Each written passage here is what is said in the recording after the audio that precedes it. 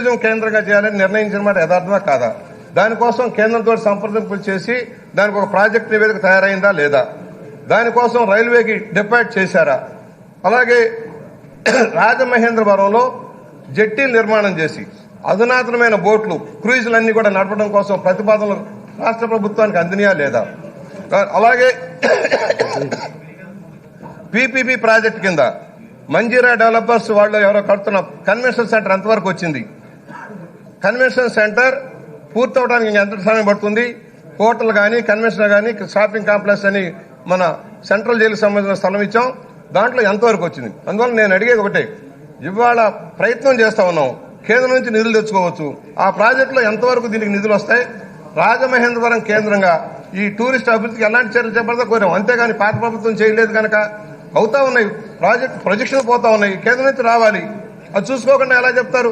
అలాగే ఏదైనా మహేంద్ర గ్రూప్ కానీ వాళ్ళంతా వచ్చారన్నారు, వాళ్ళు ఎవరైనా ముందుకు వచ్చారా? పిచ్చుకలంక బెస్ట్ ప్లేస్, ఎక్కడ కేరళలోని బోట్ హౌసెస్ కంటే బెస్ట్ ప్లేస్, క్లియర్ వాటర్, దోమలు ఈగలు లేని ప్రాంతం, ఎప్పుడు ఒక నెల 2 నెలలు చెప్తే ఫ్లడ్స్ కూడా ఉండవు, దాన్ని అభివృద్ధి చేయడానికి ఎలాంటి చర్యలు చేపడతారు తెలియజేయవలసిన నేను కోరుతా ఉన్నాను. అందువల్ల మళ్ళా కోరేది ఏంటంటే, దయచేసి గత ప్రభుత్వం మీద నిందలేస్తూ కూర్చుంటే కాలక్షేపం చేస్తే అవ్వదండి. దయచేసి ప్రాక్టికల్ గా ఆలోచించుకోండి. ఇక్కడి నుంచి ఇక్కడ మా మంత్రుల సోదరులందరూ కూడా విజ్ఞప్తి చేస్తున్నారు, మీరు ఇంకా గత ప్రభుత్వం మీద నిందలేస్తూ, గత ప్రభుత్వం చేసింది ఈ టూరిజం ఏదైతే ఉందో ఆ రోజున చంద్రబాబు గారు మొదలుపెట్టిన టూరిజం ప్యాకేజీలు అద్భుతంగా సాగినాయి. ఇవాళ ఎవరికైతే మానవ వనరులను ఉపయోగించుకొని వాళ్ళకి పని కల్పించడం జరిగింది, దాన్ని ఇంకా ముందుకు తీసుకెళ్ళడానికి ఏం ప్రయత్నం చేస్తారో చెప్పండి అంతే.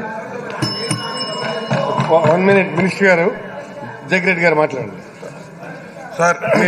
టోటల్ గా వాస్తవంగా ఈ పిచ్చుకలంకి ఏదైతే ఉందో రిలేటెడ్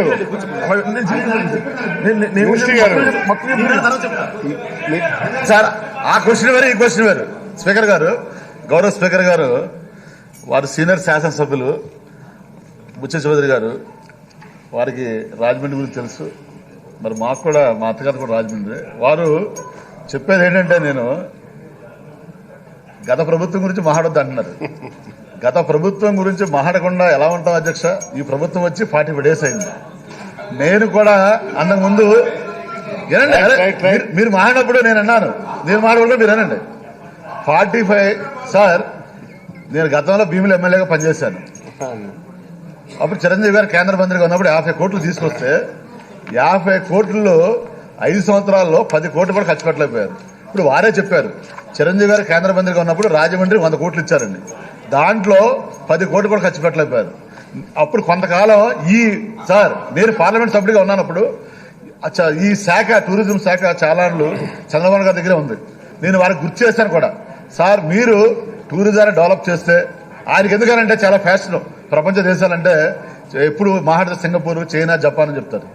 నేనేం చెప్పానంటే, ఇప్పటికీ కూడా 40% కంట్రీస్ ఈ టూరిజం మీద బతుకుతున్నాయి సార్.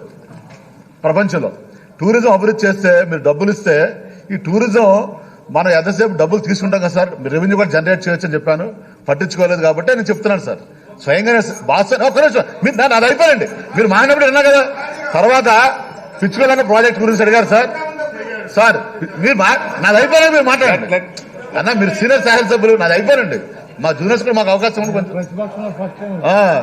అదే కదా, మీరు ఎన్ని పిచ్చుకలం గురించి అడిగారు సార్. పిచ్చుకలం కూడా మంచి ప్రాజెక్టు వారు చెప్పింది. తప్పనిసరిగా 6.5 కోట్లు.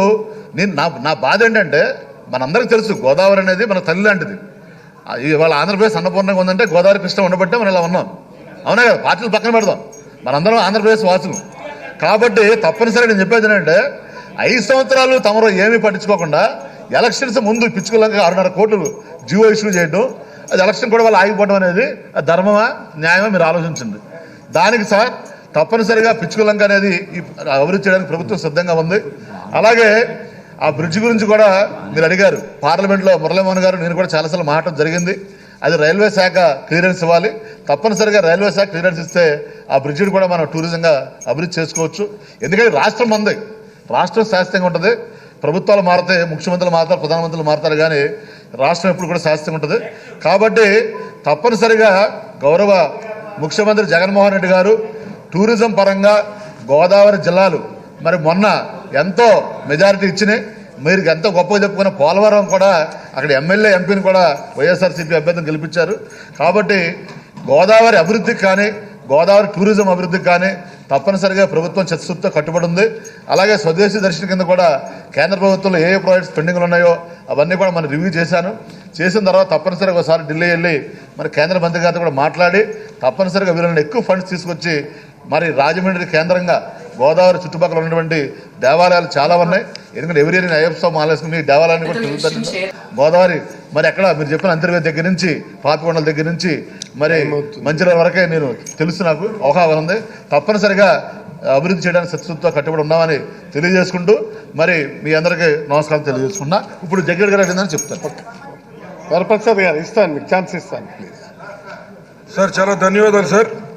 వాస్తవంగా మరి పిచ్చుకలంక ఏదైతే ఉందో it comes under the revenue limit of Kothapeta constituency sir. Kothapeta constituency revenue లిమిట్స్లోకి వస్తుంది. బుచ్చి చౌదరి గారు మాట్లాడారు సంతోషం, మంత్రి గారు చెప్తున్నారు సంతోషం. కానీ వాస్తవంగా ఏదైతే అక్కడ బొబ్బర్లంక ఉందో దాని లిమిట్కి పిచ్చుకలంక వస్తుంది సార్. ఆ లిమిట్లో అక్కడ ఆ గ్రామానికి ఏటుగట్టు పక్కన జనం ఉండడం తప్ప 1 ఎకరా భూమి కూడా ఉండదు సార్. హౌస్ సెటిల్ ఇవ్వడానికి కూడా వీలున్న గ్రామం సార్ అది.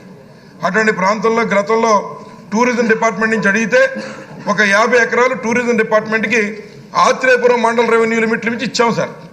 అక్కడ దురదృష్టం ఏంటంటే తెలుగుదేశం పార్టీ నాయకులు ఎంత దారుణంగా ఉన్నారంటే మా కాన్స్టిట్యున్సీ పరిధికి వచ్చే దాంట్లో కూడా తెలుగుదేశం పార్టీ వాళ్ళ యొక్క శిలాఫలకాలు వేసుకునేటువంటి దౌర్భాగ్య పరిస్థితి అక్కడ ఉంది సార్. అదేవిధంగా కొన్నటువంటి విలువైన లంక భూములు గతంలో మరి కొంతమంది దోచేసే కార్యక్రమం చేయబోతే దాన్ని కోర్టులో అడ్డుకుని నా మీద కూడా కేసు పెట్టారు సార్. అది వీలైనంత వరకు ఏదైతే 50 acres ఉందో డెవలప్మెంట్ విషయంలో అడిగారు బుచ్చి చౌదరి గారు. తప్పనిసరిగా మరి గతంలో రేమండ్ పీటర్ గారు, అప్పుడు గీతారెడ్డి గారు కూడా ప్రాంతాన్ని తీసుకెళ్లాను సార్ నేను. కాకపోతే ఫ్లడ్ వచ్చినప్పుడు మునిగిపోకుండా ఒక బండ్ కన్స్ట్రక్ట్ చేయడానికి 10 కోట్ల రూపాయలు ఖర్చు అవుతుందనేటువంటి ఉద్దేశంతో అప్పట్లో ప్రైవేట్ పార్టీస్ ఎవరు రాకపోవడం వల్ల ఆగిపోయింది సార్.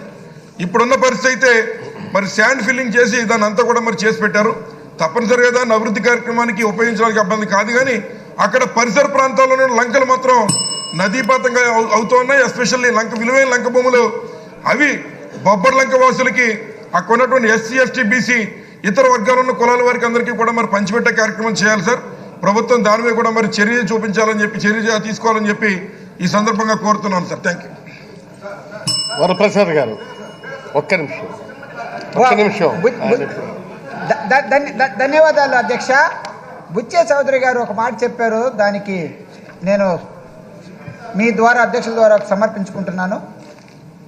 15-16లో కేంద్ర ప్రభుత్వం ద్వారా నేను ఎంపీగా ఉన్నప్పుడు 65 కోట్ల ఒక టూరిజం ప్రాజెక్ట్ తీసుకొస్తే గత 3 సంవత్సరాలుగా వారు ఉన్నప్పుడు కూడా పెద్ద ఎత్తున అప్పుడున్న మంత్రివర్యులు వెంకయ్యనాయుడు గారు, కేంద్ర ప్రభుత్వ మంత్రివర్యులు మహేష్ గారు వచ్చి ఇక్కడికి వచ్చి పునాది వేసిన తర్వాత 3 సంవత్సరాలకు కూడా ఒక్క ఇటుకు కూడా పెట్టలేదు. 65 కోట్లు కేంద్ర ప్రభుత్వం ఇస్తున్నా కూడా అని చెప్పి తెలియజేస్తున్నా.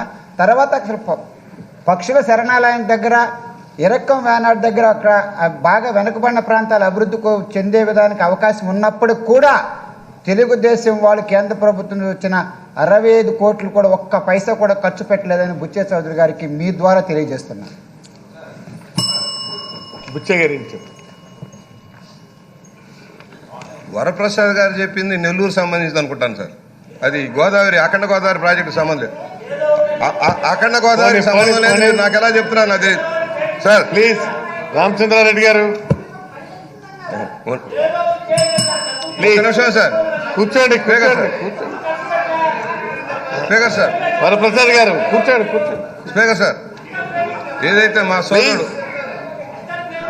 మా సోదరుడు జగ్గిరెడ్డి గారు చెప్పింది, ప్రాంతం ఏదైనా 2 నియోజకవర్గాల మధ్య ఉన్నా కూడా డెవలప్మెంట్ కోసం నేను ఎప్పటి నుంచో ప్రయత్నం చేస్తున్నాను సార్.